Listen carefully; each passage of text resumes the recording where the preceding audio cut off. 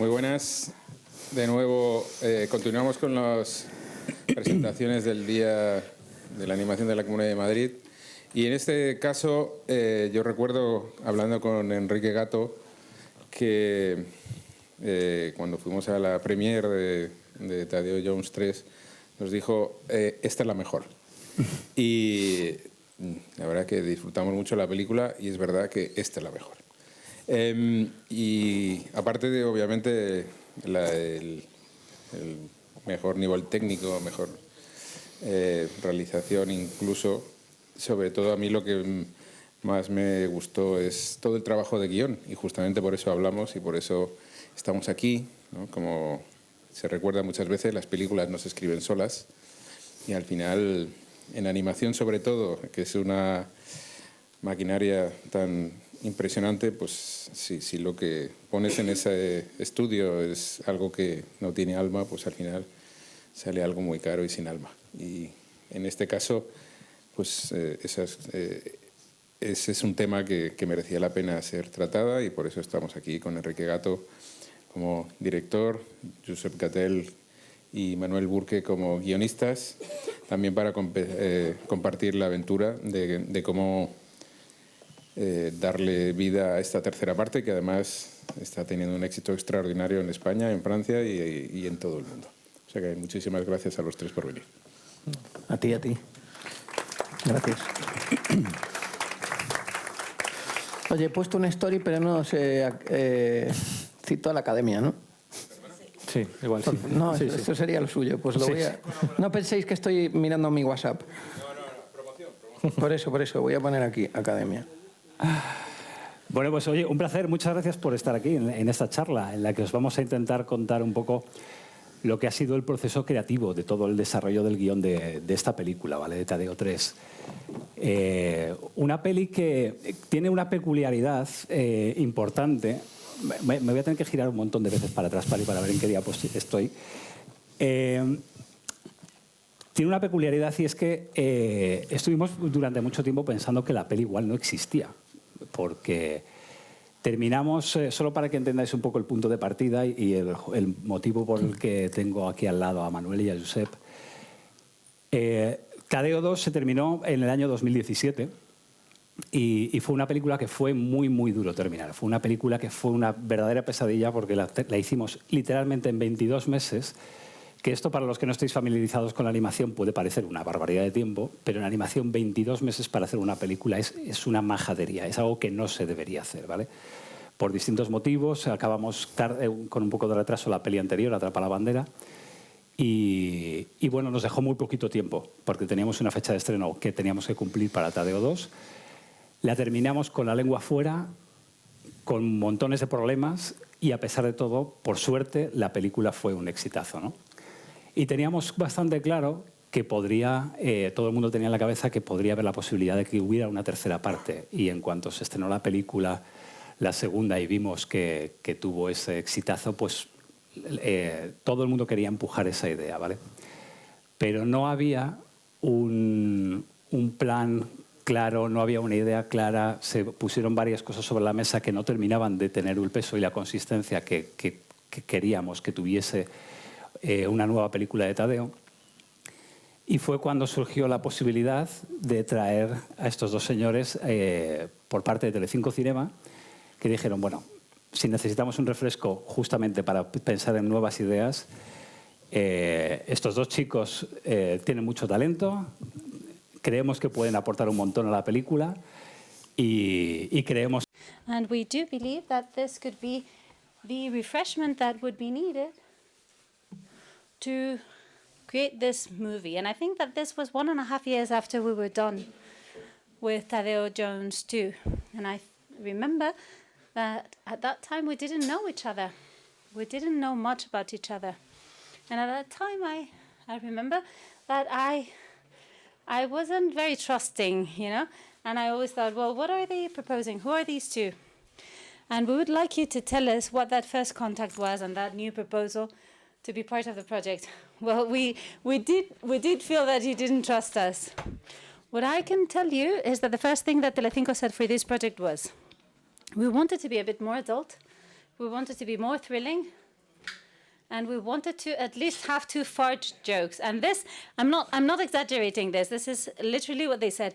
And we actually had lots of fart jokes. And I think that we thought that it was a huge responsibility to be part of one of these successful projects, one of the most successful projects that we have had in this country, and that's the case.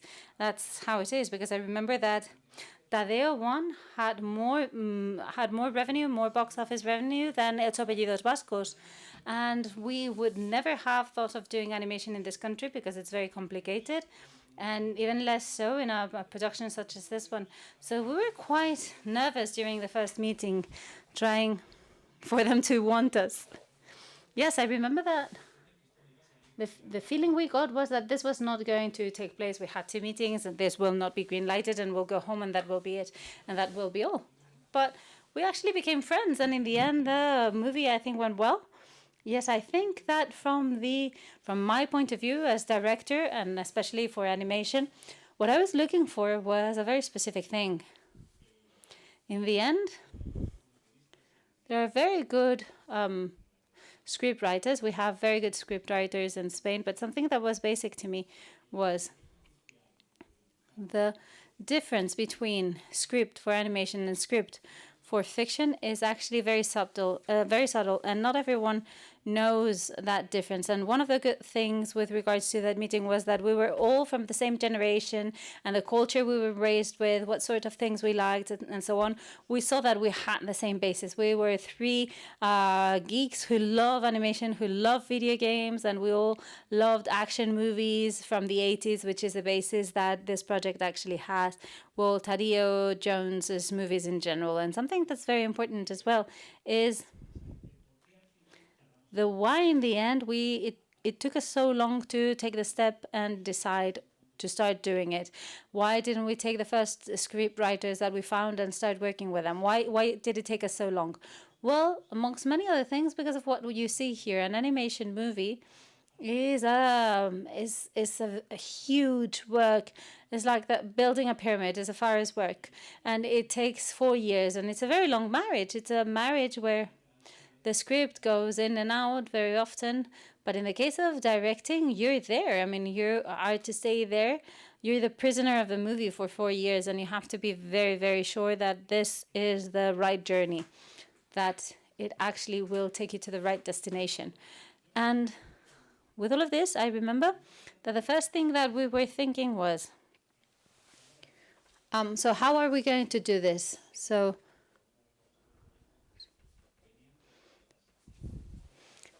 the doubt was, this is a 3rd movie. What do you do with the third movie to try and be fresh? So we started planting seeds in different places. And I remember that one of the things was, let me see, because I know that I have to click here many, many times. So I'm... So from the concept standpoint, the general concept, what is Tadeo? Tadeo Jones, I've always said, is a mix between Bruguera's world, you know, the classic comic books by Bruguera, and then all of the action movies in the 80s, including fiction movies, but also, obviously, animation movies. So that was more or less the basis that always inspired the world of Tadeo Jones. And that's the time when we thought that we were very coordinated, because for us that was the essence. And that's when we decided that was really important. And we spent the whole morning talking about it. Yeah, I don't know if anyone was present in that conversation. It was crazy. And that was the first thing. The second thing that we looked at a lot is how many franchises there were. And for us, they represent a little bit. Well, I mean, they've done like 3 films up to then, 3 films within these franchises, and they've done it successfully. And I don't know what you think, but for me, Toy Story was, we could say, the most important franchise, we could say. Well, also, I mean, the references are important. When we thought about Tadeo Jones, we thought that obviously, with all our respects to those references, we were participating in something this big, and we just couldn't believe it. So we think there was a bit of, you know,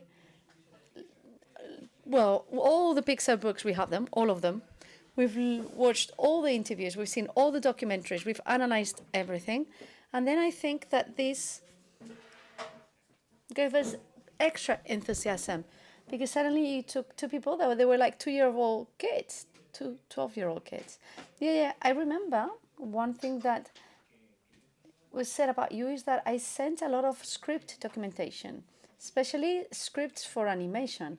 And when you think, two guys that have been doing scripts for so long, how am I going to send them documents about what a script is? But I remember that when I sent you those things about Michael Lambert and etc., they were like, oh my God, give me more of those.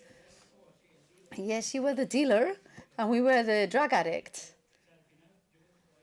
And I think, most of my life, since I started doing this, I've been collecting what for me are the master lines and the reasons why an animation film works or doesn't work, and what are the key milestones, we could say.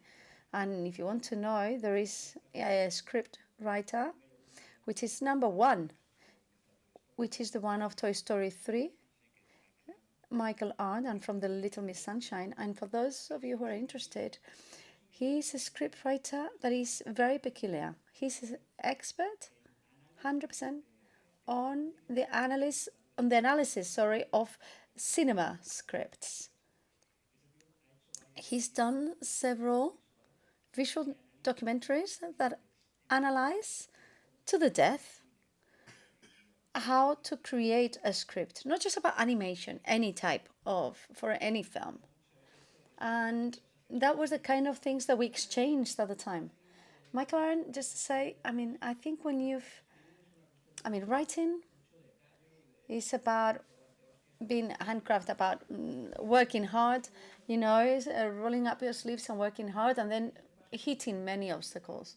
And Michael Arndt gives you that last step. He's got a video, an hour-and-a-half video that that's the study of Star Wars. And I don't know, as a script writer, that was 90 minutes talking only about endings, not about how to write a script, but just about the last 2 minutes, the most important 2 minutes, the last 2 minutes.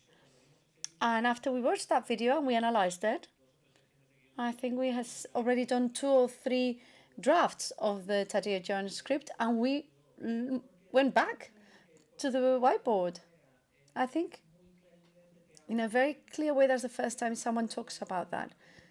A script is something very tedious to talk about, and it's happened to us with me, with Vida Perfecta, and with other films. We've been working and fighting with the topic of script, and you don't know exactly what it is. You know the way you want to tell, the story you want to tell, but then people say, no, you will find the topic. As you start, you will find it. And there was this guy who, a new discovery for us, and a script writer, we have grown a lot thanks to the simplicity of the topics in animation. And it was thanks to this guy who is very lucid, and he's great at telling you what's the difference between what happens to a character from what you want to tell about from a topic and critical perspective, and what you want to talk about and the character are two different things. He's like a chef, and he separates things very clearly and leaves it all very clear. Yeah. He explained it. It's Michael Arndt. He is the scriptwriter of Little Miss Sunshine or Toy Story 3. And I think in an episode, I think he was also part of episode 7 in Star Wars. Yeah, that's right. I think that the most important thing about this is that it's a very long process. He explains it in a very simple way, seems very simple, but then achieving that effectiveness, well, you have to have a lot of knowledge to understand that. The way in which he talks, you need to have read everything, even the writer's wrongs, which is something I recommend you reading. So when you have all the baggage, all that knowledge, he says, okay, leave all of that aside, and now come and talk to me. And he turns everything around. And Tadeo totally changed. I think I've seen that video about 15 times. We'll talk, in fact, about all the changes in the script. I'm really sorry, Josep, maybe you wanted to say something. No, I think it's in agreement with what we were going to say before. Let's not do any spoilers. Cosas que, bueno, de hecho, seguimos un poco ahora. In fact, let's continue with the other things that we had to include. We're still at 0 here, okay? what other things, what other ingredients do we need to take into consideration to do the film? There's one which is basic, always in this type of films, which is a story at two different levels, always. One, the adventure. And when people leave the cinema room, they will say, well, the story, what is it about? Egypt and mummies, or what is it? That is the adventure that we're going to talk about. And then we have the narrative that is hidden underneath the plot. That's actually what gives shape to the film. Because in Tadeo 3, the great adventure is, okay, the mummies. I mean, how many of you have watched Tadeo 3? I don't see hardly any, well, I can't hardly see with the lights, so I think a few hands. Just to get an idea for those of you who haven't watched it, maybe you thought you were going to watch it now. In 45 minutes, I don't think that's possible. It's in Vimeo and in YouTube. And it's still in the cinema, I think. Yeah, it's doing well. Why, it's still in the top 10. Well, just so you get an idea, there's the adventure part. And the adventure part in this film talks about our character, the mummy, who's infected by an Egyptian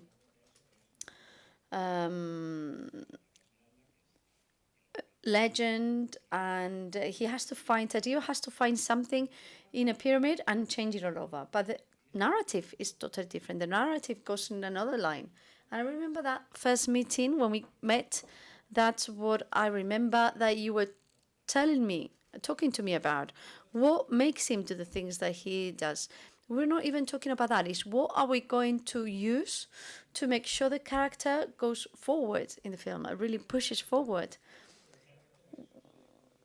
Yes, when you find a third part, and the previous two had worked really well, and you think, okay, in the adventure, you can think about thousands of ideas. The world is huge. There's many objects. There's many things you can do about the adventure. But what should it happen for Tadeo to want to do it? And for the people that go to see it, because after two films that work well, what are you going to do that's going to add? It's not so much about something magic, something in the future, but as a character, something you need to understand of Tadeo as a character, and something that didn't destroy what was its past, because we really, really liked Tadeo Jones and the previous two films. So you didn't want to destroy it. And what we found, and this is what helped us push forward with the film, was recognition. We realized that beyond the adventure, the magical object, etc., there was a person that had discovered, he had discovered great things in number 1 and number 2, but was still just a peasant. And so if the world was fair, he would be the most, the best known archaeologist in the world, because he found a temple under the Alhambra, etc., but no one knows. He can talk about it. And this must really eat him alive. And that's when we thought, okay, let's talk about recognition. Let's talk about someone who wants to tell but can't tell, and that's going to be the narrative of the film. And that's when we started joining this with the other characters, because not only does he have to work with Tadeo, and this is also something that we learned with Michael Aaron's video. Everything is okay, obviously, but it's better if the topic permeates throughout the whole film, not just with the protagonist. So it had to be recognized by the mummy, by the Mexican police going after them. I think that helped us find good moments for adventure and good settings that were in line with this topic.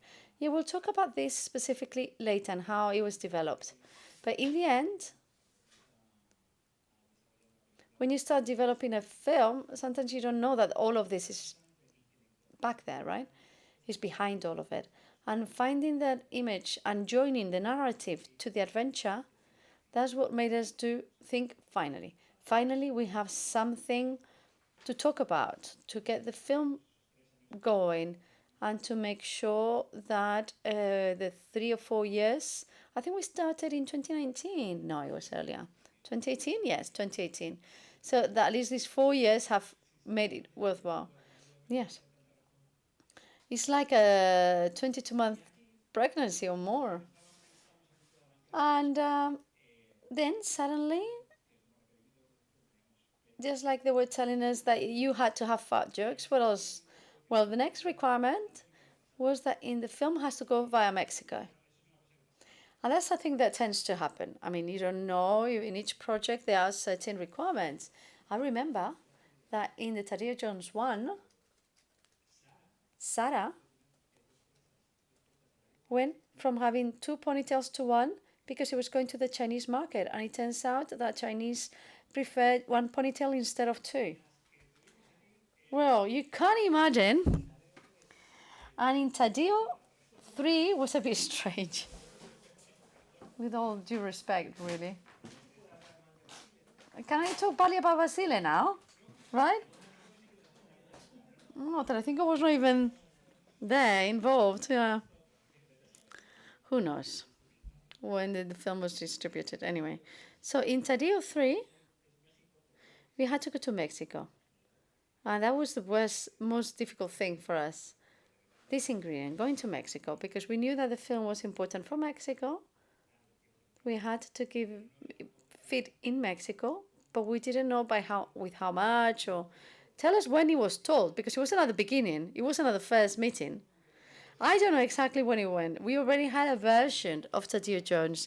He went to Paris, started in Peru, Paris, and Egypt.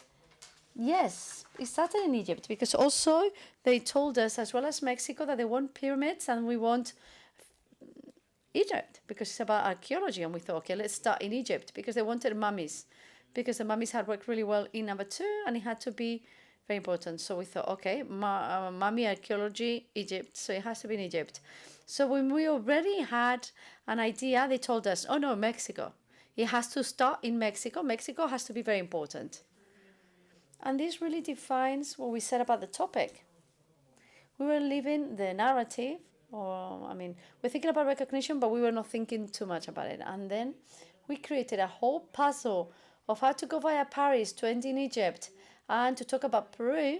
And once the draft was done, they said, add Mexico, in a trip that had already been developed. And we were like, how? Can I say it? Yes, of course you can. So we had to put the pyramids in Mexico and to add an Aztec mummy that has disappeared, a very aggressive mummy, very muscly, called Tagliatelle. And we found it very difficult to develop it and create it. So we turned everything around to make sure that they went to the Hernan Cortes tomb, where they were hiring the papyrus because it was one of the first ones that found the emerald table, and that's where they had to go. So we had to make that up to go to Mexico and come back to Europe with new characters. And what happened? Well, that it was clearly done on purpose. It was clearly done that we had to stretch it to get it there, to the extent that Telecinco said, simplify this, change this.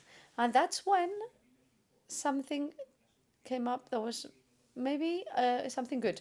The solution was to turn it around, actually, and to say, well, Mexico is going to be the first destination. And you can explain how you found that out. But there is great curiosity on the Mayan and Egyptian cultures. There are many theories that say that at some point those two cultures had to agree to meet in time because they have too many things in common. The pyramids, mummifications, the adoration to the sun, the hieroglyphic writing. There are too many coincidences between those two cultures to imagine that they never met or they never had contact. So there's several legends they're not legends, they're theories that say that maybe there was a contact. In fact, papyrus trips have been made, and they found remains of papyrus in Latin America that could only have been made in Egypt. Just to explain the whole process that has to happen for a film that has to be easy for the family, but that you have to go and try to find bits that you can grab up. grab onto. So there's fantasies, there's adventure. It can't be too complicated, the story. It can be fun, but in our case, it wasn't what we were trying to do. And we found the papyrus, and we thought, we'll just grab onto this. I mean, it's going to be our lifesaver. Yeah, and that's really what saved us, because when we were investigating, we found the Hermes Trismegisto character, which was an alchemist that, according to the legends, had the emerald. There was a gift from the gods that gave him magic, and it was like an alchemist table, right? Yes, and he had like magic recipes or whatever. And we thought, what about if this happens the same to Tadeo, which is the best alchemist in the stories, but has been under the shadow of a pharaoh, because he's the alchemist and not the pharaoh. And we thought, well, if he's maybe felt that he's never been recognized like Tadeo, and used this table to fight against the pharaoh, and he lost, and maybe the pharaoh sent him to the other side of the world, like Mexico. And we thought, okay, so this is like Tadeo, someone very powerful that was on the shade of the shadow of the pharaoh, and as punishment, they sent him as a tomb to Mexico, so no one knew that this person existed. And that way, we had the seed of the story that was very much in line with Tadeo, because there were two people who didn't have recognition, and then we talk about Ramona. Yes, I think sometimes when the desire for recognition can poison you, can be poisonous, and it happened to the alchemist that was then buried in Mexico. Tadeo is making mistakes again and again in the film because of his obsession with recognition.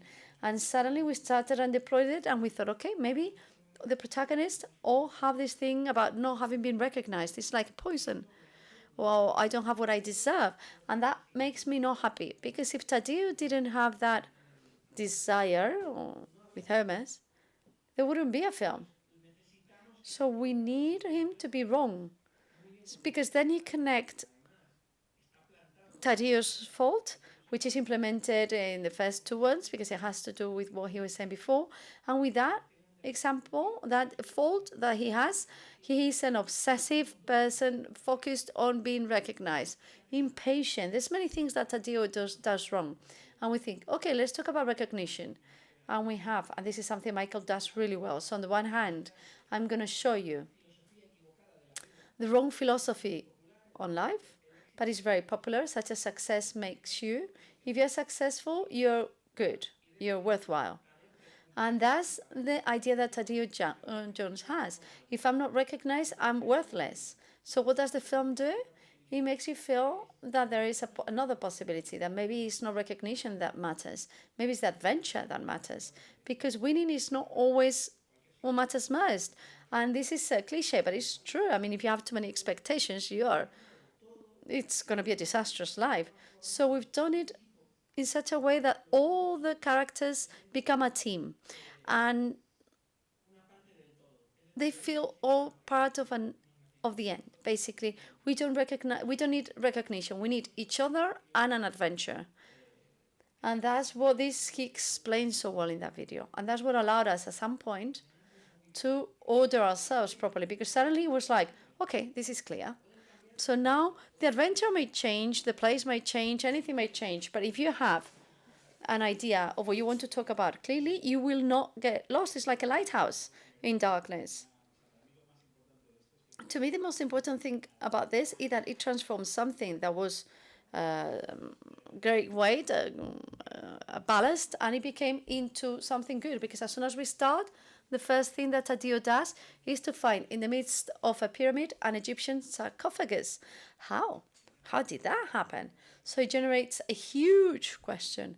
And right at the beginning of the film, and that's going to be, and you know that that's going to be developed. That's part of the adventure, not of the narrative, but it helped us find out that the guy that was inside the sarcophagus had that story, and that story is similar to the Tadeo Jones story. And you start the film with a Tadeo that's obsessed with breaking the rules of the exploration camp where he is, just to demonstrate that he can discover something that the others haven't discovered, in order just to get the recognition. He's obsessed with recognition, and he hurts others along the way. I don't know how we're doing time. So let's move forward. We're looking for the backbone is exactly all of that we were telling you about.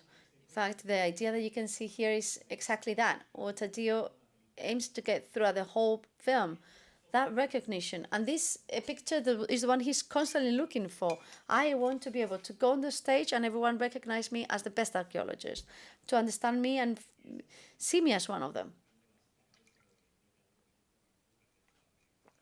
That's what's on Tadeo's head for the whole film. And once we had that, once these first ingredients were clear, and we thought, okay, so we know more or less the shape of the film, now the real work starts. Now, I mean, I don't know how many script versions you're used to doing. Well, it depends. Depends on the TV channel. I think in the previous ones, maybe 9. Yes, 9, but then the dialogue, I mean, in total, all of the scripts. Yes, but this was huge. I mean, I don't know. You can tell us how many if you want. You'll see here some slides that they said was about 25 versions, but the real number is infinite, because the key difference between fiction and animation is that in animation you can't get it wrong. I mean, in fiction, you have a script, you start shooting and shooting and shooting, and maybe after a week you have 500 and 600 hours of shooting for a 90-minute shooting or film. I think I have 87 minutes shot for an 80-minute film. So you have to make sure that what you do is going to work, and the way in which you test it and the way in which you manage to make sure that you're going to get it right is with the process that you can see here on the screen. Everything that comes from the script is drawn into storyboards with animatics. Everyone knows what a storyboard is, but you always believe that you use it for complex times of a film or things that are not very clear. No, we do it for the whole film. All the film is on storyboard, and the whole film is edited with this idea on our mind to make sure that we're going to test it, that it's going to work, that the ideas are clear. And what happens? As we start drawing those animatics, we visualize them. We have a creative team in the studio and we work on it. And we try to see how we can improve, simplify, or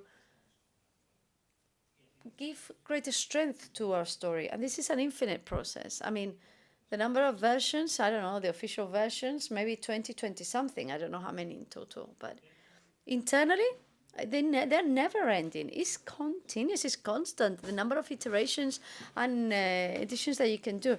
In fact, the image that we have is normally when you finish working in script, in normal feature films, here is when you start working. In animation is when you start working. We didn't know about that before. I think we had more time in pre-pro than in post, yes. Because a script that is good on paper, I mean, it takes about a year and a half. Okay, but then you need 2 more years after that to start doing the shooting, and there's no double takes here. No, there's no room for error here. So it's crazy. You have to make sure that whatever you shoot works. That's why we had lots of meetings looking at the storyboards, at the drawings, to make sure that we got it right. Yes, in this storyboarding movement that could show you exactly what's going to work and what doesn't work. But then you have many other stages, because this finishes, but then we start fine-tuning it and fine-tuning it. If it had been the day before the premiere and there was something that we needed to do, there would have been. I mean, you have to be there till the end, from the beginning to the end. And the reason why this is so complex in animation is because of that picture that you saw at the beginning. Imagine 150 people constantly doing animation and characters, etc. And in animation, you can't say, well, this doesn't work, we'll just take it out. This shot doesn't work, let's remove it. No, you can't, because you need to use all of them. You can imagine how much it costs to have each shot. So this is like Titanic. It's not something it's not that this is not what normally happens. This is what always happens in all of it. It's not like we are doing great work. This is what happens. And, we had, for instance, at the first few meetings, we had 2 million ideas and we had to get rid of them. And, some people, you could see Enrique's face, at the beginning saying, I'm really sorry. No more than 6 characters, no crowds, no nothing. And that was quite difficult for us because what you've written, you love it, but then they say this can't be drawn, this makes no sense, and there's no time to do this as it's on the paper. Bueno, pero digamos. No, but let's say that the requirements actually there's a degree of freedom that you have in animation when compared to fiction. So it goes beyond really, but it's also true that there are always parts that are very complex in animation and that require lots of people working together. And that's where we usually get our jams, when the funnel gets busy. When you have a crowd, a demonstration, for instance, that is very complicated to develop. So scenes with water and so on, that's very difficult. Or characters with hair. Hair is technically very complex. So here we actually managed to have a couple inside, and for instance, the persecution in the Seine, the chase, the most important chase we've ever done, with boats, speedboats on the Seine, and it's amazing. Not because we did it, but it's actually great. And yes, there's a moment also where we were warned: careful with the sand. They told us. Careful with the sand because it's very difficult to do. But when they fall on the sand, when they're landing, it's spectacular what you managed to do. But that cost a third of the movie, didn't it? So that's at a macro level. But at a micro level, I remember that Jeff and Bersoni and the transformation with green dust. That was also something that people really talked about, and it's really great. But these are things that are very easy on paper. They merge in a character, but then you have to see how they're going to merge. How are we going to animate this? What color will we use? What light will we use? Yes, actually, let me tell one, just one. I'm going to unveil one of the things so that you know to what extent we needed crowds. We wanted to pay homage to Thor Ragnarok, and we wanted to take Tadeo's hat off, and only at the end, when he knew what was going on, he could put the hat on again. Well, impossible. Technically, that was impossible.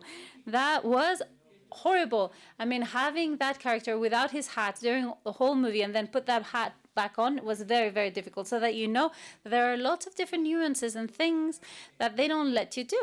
In a real image movie, that would be cheap as peanuts. But here, I'm not talking about the hat as well, but it was the icon and the icon that it meant. But I remember, I don't know, taking his hat off. I don't think so.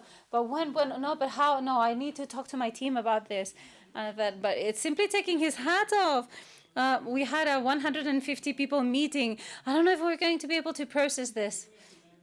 I think that at the end, if you think about it, comparing it to a real action movie, complicated things do look alike, such as everything that requires special effects, having lots of people there. If it's fiction, it's similar, but in animation, everything multiplies by lots, and in the end, it becomes a headache, an important headache, a pain. It's a pain. But in the end, we fine-tuned everything, we linked everything together, and we got to starting to digging deeper into the characters, and they have really changed. There two have really evolved. We're only going to show you 2 examples. One of them is Ramona. Ramona was Ramonchu at the beginning. Those of you who don't know the movie, Ramona is, to me, the movie works for Ramona. Actually, she's the protagonist, in my opinion. She is an Egyptian mummy who has a personal story which is quite dramatic. She is an Egyptian pharaoh who was only a pharaoh for 3 days because her cousin killed her, and they put a scorpion in her bed so that they could get her crown from her. And this is a personal drama, but we obviously cleaned it up a bit so that it could be something that can fit into a family comedy. kind of thing. But it has something very powerful, which is the fact that it talks once again about the same thing, going back to what we were saying previously. It's about the lack of recognition, and Tadeo and her, they have this wonderful journey together talking about that. Each from his own personal story of that lack of recognition. Tadeo because nobody recognizes him as an archaeologist, and her because she's not even in the history books, because she was a queen for such for such a short period that she is not recognized, and she wants to have her spot in history. She wants that recognition, and she sees in Tadeo that possibility. And oh, you're an archaeologist, then you can get me into the books of history. But she doesn't know that he actually is not the winning horse. He is the underdog, and she is a pharaoh. She was really very powerful, but Tadeo is just a construction worker from Chicago, and she's very, she's a pharaoh, and she treats him very badly. But despite the position that they each have, they have something that links them together, which is that lack of recognition. And in this trip, they become friends. They really connect, and in the movie, you actually get to love her. And a kid would understand that. And a kid needs to understand this because they're the audience. And it was an idea that we really liked, and that worked quite well. Yes, and they connect with the mummy, because that's actually the key of the learning for all of us, because he's the only one who's not obsessed with triumph and recognition. He only wants to do things with his friend, that's all. That's what he's obsessed with, doing things with his friend. And Tadeo hurts him, and Ramona hurts him, and then there is a point when there is no turning back, and they either abandon their obsessions or they will not save him. So he is the mentor in the movie. He is the one enlightening them, and he's the key character in the second movie because he's the one who's most successful in the saga. Yes, he becomes the icon. And Ramona, for those who don't know her, this is Ramona. What was the name? Ramon, right? Yes, it was Ramon. So she started being a man, but in the end she's a woman. She's Ramona the Pharaoh. I don't know if you remember why in the end we changed her into a woman. Well, I think that at the beginning we want to have an homosexual love story between Mommy and Ramon. But then suddenly I don't know, there were some sort of problems with the storyline. It wasn't really our decision at the beginning. It was just that it gave us some problems because it wasn't defined as such. Mommy was not defined, so a love story would not really make sense, and it took too much time in an 84-minute movie. So when we changed him to a girl, there was no love story between them, and it was really obvious, but we thought that it was too obvious and we would not be telling it right. And we didn't have enough feminine characters. We had Tadeo, Ramon, a dog, a parrot, and we couldn't have just one girl. So we decided to open the possibility. So now we have Ramona and Victoria. And we have the archaeologists who are two men as well. So we thought it was important to kind of balance things out. And this is something that happens with movies. I mean, the previous movies are unbalanced with regards to feminine and male characters, and Ramona was a way of striking some sort of balance, and especially because she has a lot of weight in everything that happened in the movie. And the best thing for me about Ramona is that she entered in a clumsy way, because she was really harsh and she is like a spoiled little brat who mistreats everyone. But then she ends, and this is one of the most difficult exercises all through the movie, because you have to fall in love with that character as you do with everyone else. So you have to cook this slowly with all the ingredients, telling her personal story, what happened to her, find some empathy with Tadeo, see that Tadeo also needs to find that empathy with her.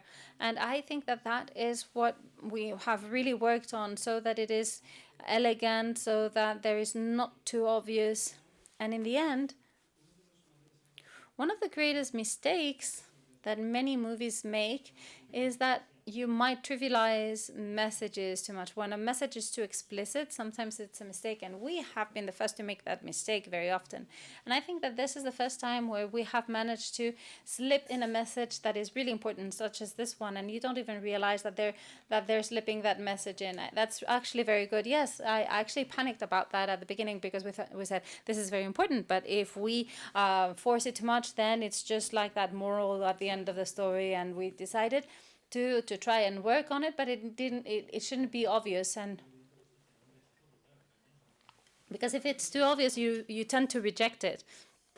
Yes, but what you do is you really dig deep into the characters. You have to do it truly. And I think that we have rounded up our characters, and what happens to them is real.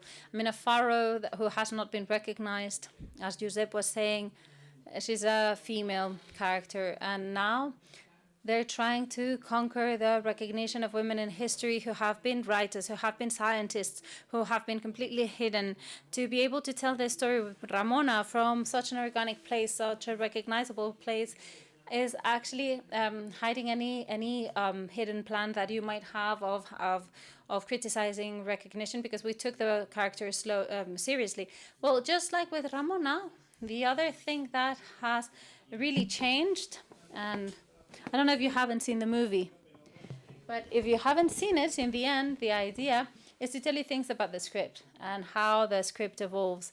And in this movie, you have something that is quite funny. It's the first movie where there isn't a villain. In the two previous movies, there was a villain. And in this movie, the first change, well, the first idea was the same one, to have a villain, just like the two previous movies. And what you have here is an amazing corp with two mercenaries. And who was that woman? I think she was like the mother, and they're the two kids, I think. Oh, true. She was a mom. This was a corporation. This was a super international corporation that fought for peace, but they fought for peace. In order to have peace, you have to make war. So they sold weapons, and it was horrible. What they wanted, well, with a villain, we thought, okay, so if there is a villain, we need to have someone who's looking for this table so that they could do evil with it. So they wanted it to have the best weapon ever created, this emerald table. So that was the worst objective, obviously, but it's because of what we said previously.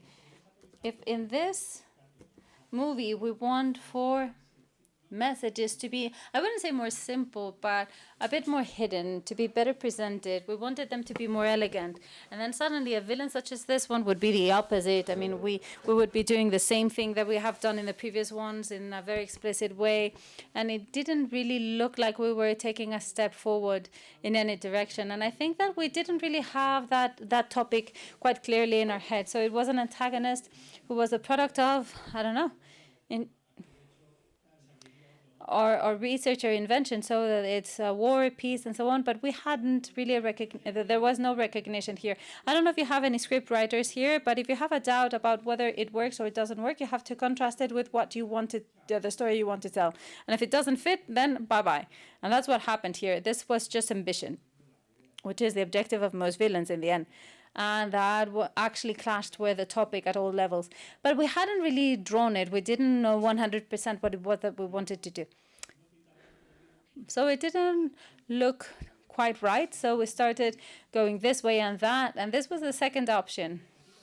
Here we started finding the thread. The next antagonist that we considered was this lady here, who was a sort of collector. Kimberly, I think it was. Kimberly was her name. And she had that ambition. She wanted to obtain the object because there wasn't much behind that. But she had this character, Martin, who was her brother, who was under her spell. She mistreated him very, very much. And this character had that lack of recognition. It's true that he was always under her shadow.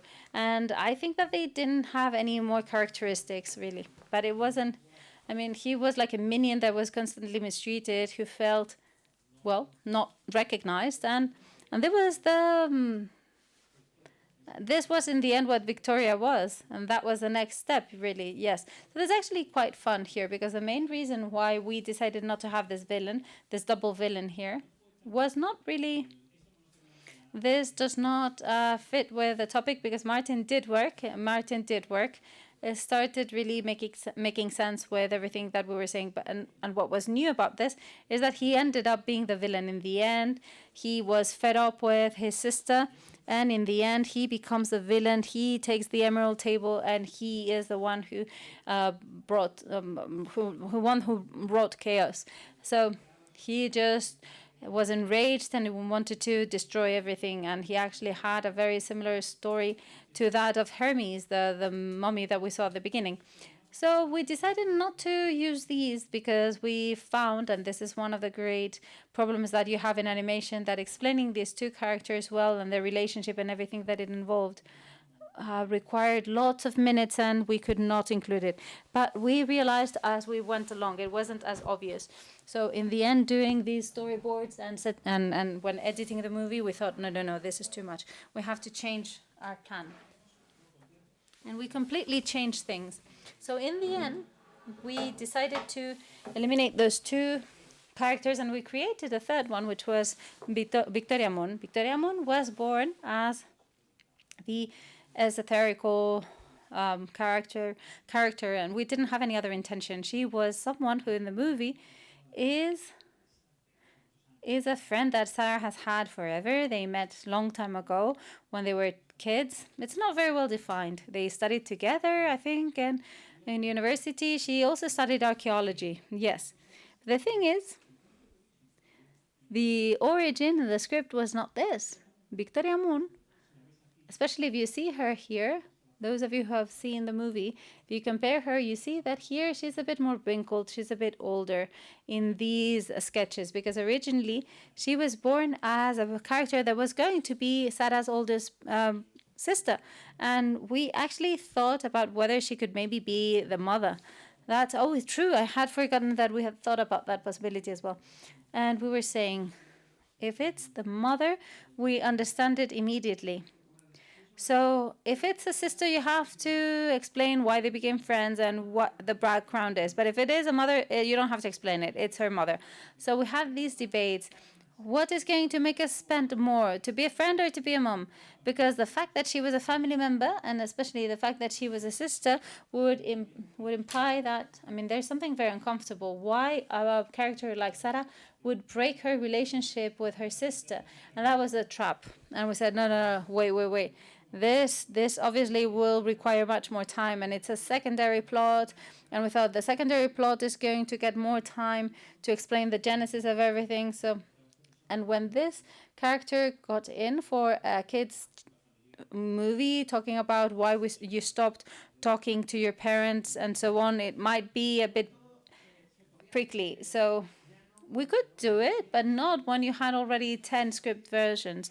And this was something that came about during all the stories. We have to change the antagonist. This was with the stories, with Telecinco calling us and saying, where's the movie? And what have you approved? We needed to simply fit this in, and we had the time we had. That was all. Okay. So we saw that there was no way to do it, and we were over half of the development, so we had to completely change everything. And then suddenly we said, wow, what happens if during this movie we don't have a villain? We could have an antagonist, but not a villain. What would happen if the real villain in the movie is actually the table itself? The Emerald Table, and the origin of the story with Hermes is that it actually controls and manipulates the mind of people to manage to be alive somehow. And in the final movie, we see that the table wants to come back to life, and it manipulates the brain of people. And how does it do it? By fixating on a topic, by fixating on whatever the characters have in their heads. And in this case, it's the lack of recognition amongst all of them.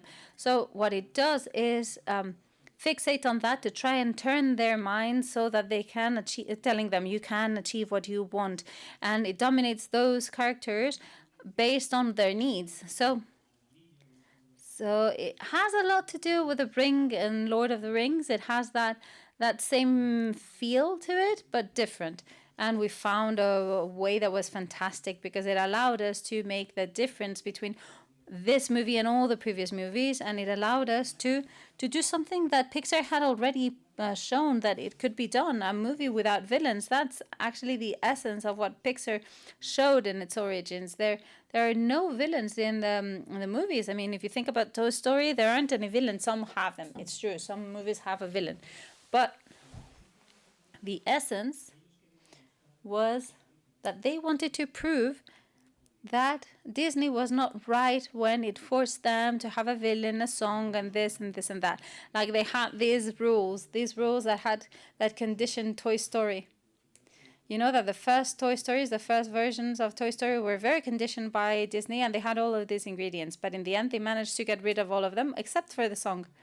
Well, the song is there in the background, and it's not a character singing it. So every time there is a villain in Pixar, I think, you betrayed yourselves. Okay, so, but in the end, it's actually very good, because I think that I always get to the same point. All of these things that are really hurdle along the way of production, if you think about it, if you have iterations, if you rewrite and rewrite, you get to a point where actually it works in favor of what you're doing. And I think that that is the point that we were all always looking for. We're not just writing because, we're writing because that is going to improve the movie. And that's where we wanted to be and where we wanted to get. Never mind whether it was a production requirement, a technical requirement, or because we can't fit that into the movie. We can't tell all of these things. In the end, we were always trying to be convinced with the fact that the new thing that we're going to be presenting is something that improves the movie, is not just a patch to solve a problem. And I think that that's where we've always been very much aligned, trying to find the way. And I think, and this was amazing, because in the end it gave a new dimension to the movie. It was less trivial. I mean, villains are great. We love villains. When you have a very good villain, I mean, you have a really rounded movie. But if you do it incorrectly, it becomes trivial. And I thought that this was great. Yes, and this changed lots of different things. At Tadeo, for instance, this expedition in Mexico at the beginning was led by a professor from Chicago who was the dean of the university, who was Mr. Jefferson. And this character was too small, because if Tadeo wanted somebody's recognition, we thought that it was not good enough if it was this person who was completely soured and who was sad and when he got there to Mexico. So Tadeo wanted to be part of the best archaeologists in the world. And it actually helped us so that the antagonist, Victoria Moon, who is a woman who has studied archaeology with Sarah and who then went to the esoterical world, and she has been dismissed by the archaeologists, and they made her feel badly, so we could motivate both the antagonist and the protagonist. And that was thanks to finding this topic to modify the antagonist, and with that topic we could push everything forward. So if you look at it in the end, there is a concept which is the one we always hang on to, which is the topic. All the characters from Tadeo to this last one, Victoria Moon, that we've talked to you about, Tadeo, Ramona, Victoria, Hermes as well. I don't know if I'm forgetting someone. But the whole movie, it doesn't matter what part you think about, talks about the same thing. And I always compare this with making a good stew. Is the stew where you can have just 4 ingredients and you can feel each ingredient, or have a good stew where all the flavors marry, get united and merged together, and you get a very good stew. Well, that's the same thing here. So the weight of the movie is much better when everything is well integrated and the ingredients are not independent and disconnected from each other. I don't know if we have the time to have questions and answers, or if we have to continue, because if you leave us here alone, we can talk and talk and talk for hours. So I don't know what you want us to do. Sí, digamos que obviamente. Well, yes. I mean, whenever you say, we will give the floor to the audience, so that but just stop us, because I will let you know in 1.5 hours. No, whenever you say. I mean, this is what we wanted to tell you, really. The last thing that we have to tell you about is this message of, here it says 25 script versions. I'm not even going to look for it. 200 versions after, because between the internals and the external versions, there are lots of versions, but we, in the end, managed to make this new movie, and I'm just going to show the poster to you. And, well, I have to say that I think that this is the best one, because it always happens when you finish a movie. It takes you some time to see it with objectivity, analyze what went well, what didn't go well. But I had very good feeling with it. And I mainly remember that in all the press sessions and with the audience and so on, I saw it with Nieves, who's the press chief, and I said, I think we've really done it, because we see a change in the response that people give to it, and something that we didn't feel with the previous movies. There is much enthusiasm shown by everyone when they saw the movie, and I think that it is due to all of these things that we have mentioned, because this is what really makes the movie. It's not just the special effects. And the special effects are actually good, and it's great if you can do it. But everything that we have been telling you about the discovery of these gentlemen who has been wonderful, and now we're like a threesome. And I think that that is what makes the movie, and this is what has made this franchise not just to be foreseen as, well, one extra movie, but rather to be really recognized as the best in the franchise. So that's it. And I hope that we haven't taken too much time. And thank you so much for coming. And if you have any questions, we will answer them with pleasure. Thank you. Yes, and something that has shown something that Enrique and myself know very well is that there isn't an animation scriptwriter. Sometimes they tell you, could you please recommend an animation scriptwriter? And say, no, a scriptwriter is a scriptwriter. It's just a writer. In the end, it's the story. No, I always say that I'm an animation scriptwriter. I say that, hi, I'm a animation scriptwriter. But do you do animation movies or normal movies? That's another question that people ask. Any questions? Hello, I'm Jorge. I wanted to ask you, because you talked about adventure and narrative, and I don't know if you think that those are different topics or if you try to unite it when you work on it. How does it go? Well, I was saying that this is only a guiding line, a guideline, really.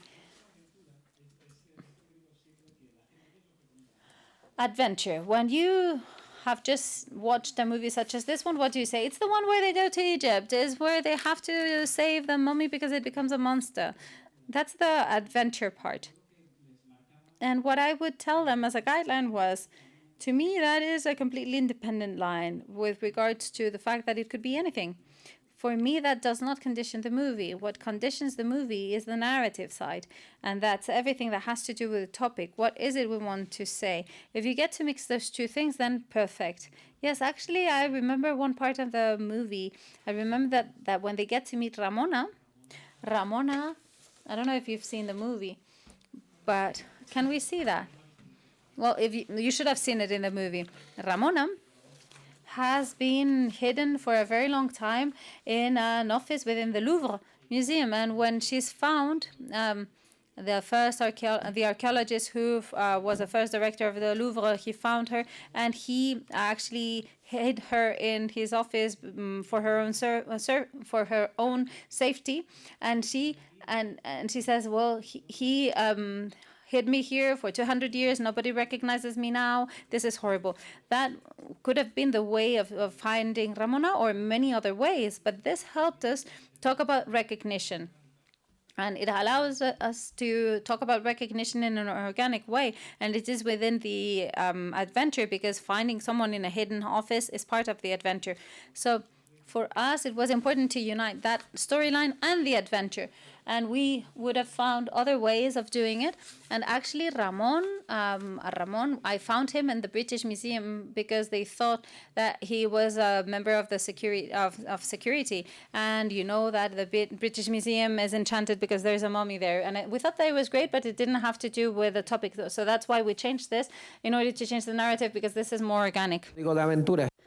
I think the adventure code has certain rules that you have to abide by, but the most creative and deep the narrative is, the topic and the characters, the more you can do with those 3 or 5 rules on adventure. But they are basic rules. Like, for instance, they used to tell us, after half of the film, you have to go to the unknown. And the unknown cannot be a city full of people. It has to be a forest, a desert, an ice mountain, the wilderness. And that is a rule that we fulfill. So we know we have to do that. So what we do is we adapt what happens to the characters and the characters themselves and the steps that we have to make sure that the main character gets somewhere through this. So what do we think? A desert.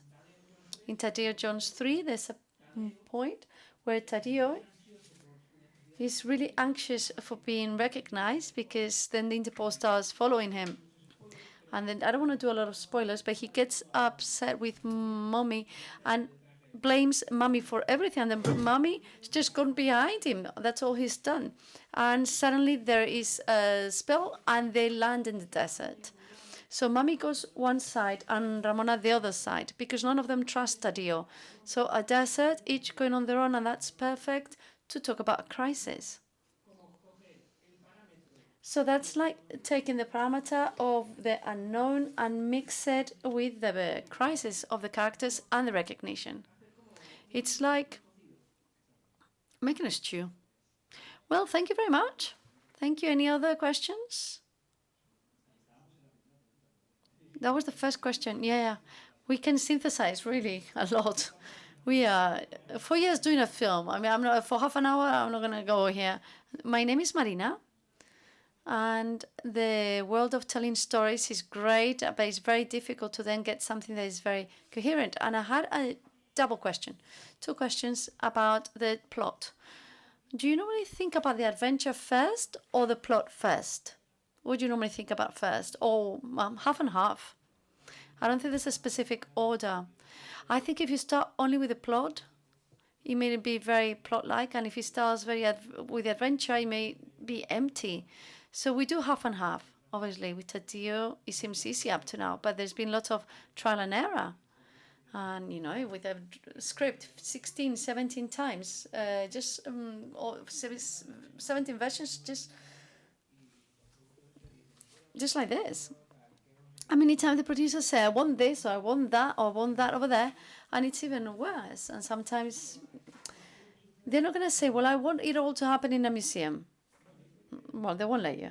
Well, night in the museum is the exception to the rule. But if it's an adventure, if it's action, then there are certain impositions that come because of that genre. And technically, we do start there, I think. It's like sometimes you feel obsessed that you have to talk about something, yes, or the franchise as well, that imposes certain things. It's like when you paint a painting. You put lines and brushstrokes here and there until you really find what are the good strokes. Like we were saying at the beginning, the adventure was imposed by where we had to go to. So you had to give it a specific shape.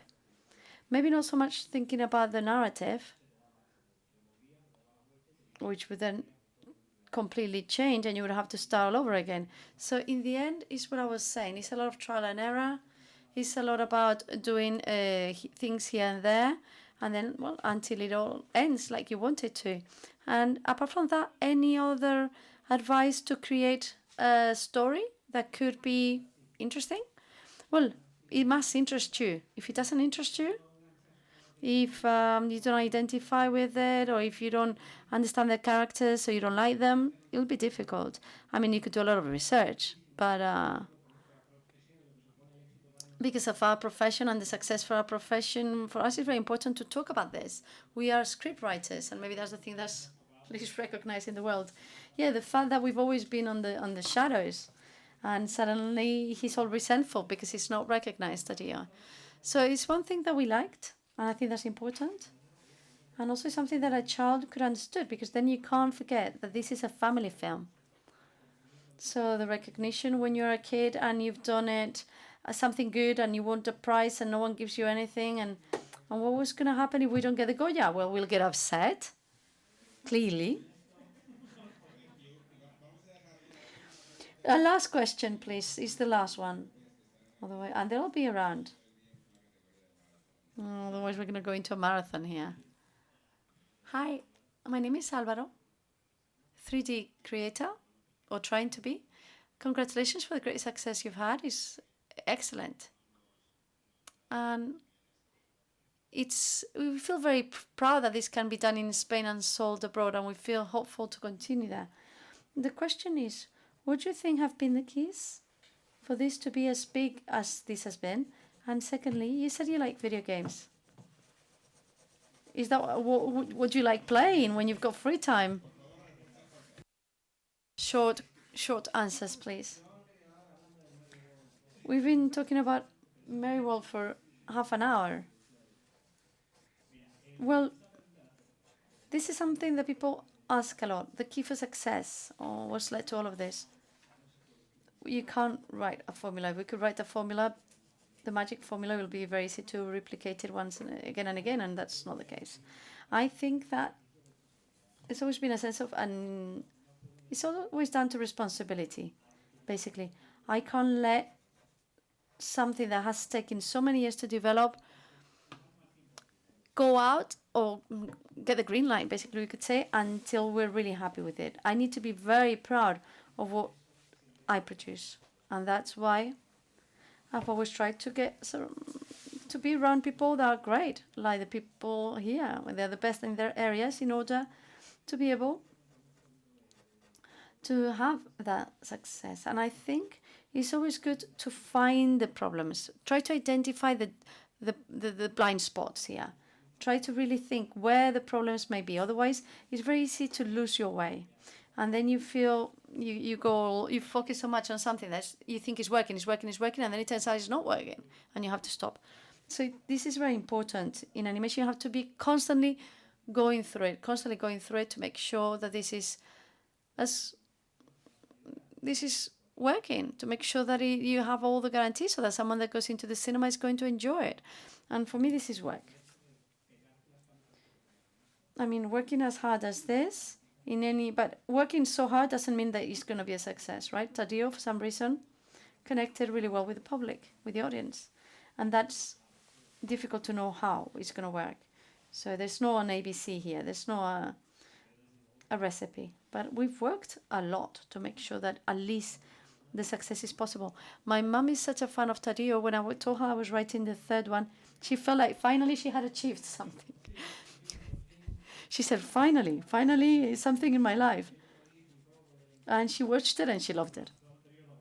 Everything else, everything else that was before that, it was worthless. I feel very proud of Tadeo Jones 3. And in fact, we've written things of which we're very proud of. Yes, we really like them. And but Tadeo Jones 3 is a family film for everyone. Is very commercial, and I'm really proud. I think our level of complexity and robustness is incredible. Yeah, it was very difficult to achieve. Perfect. Well, thank you very much. And just remember, the films don't write themselves.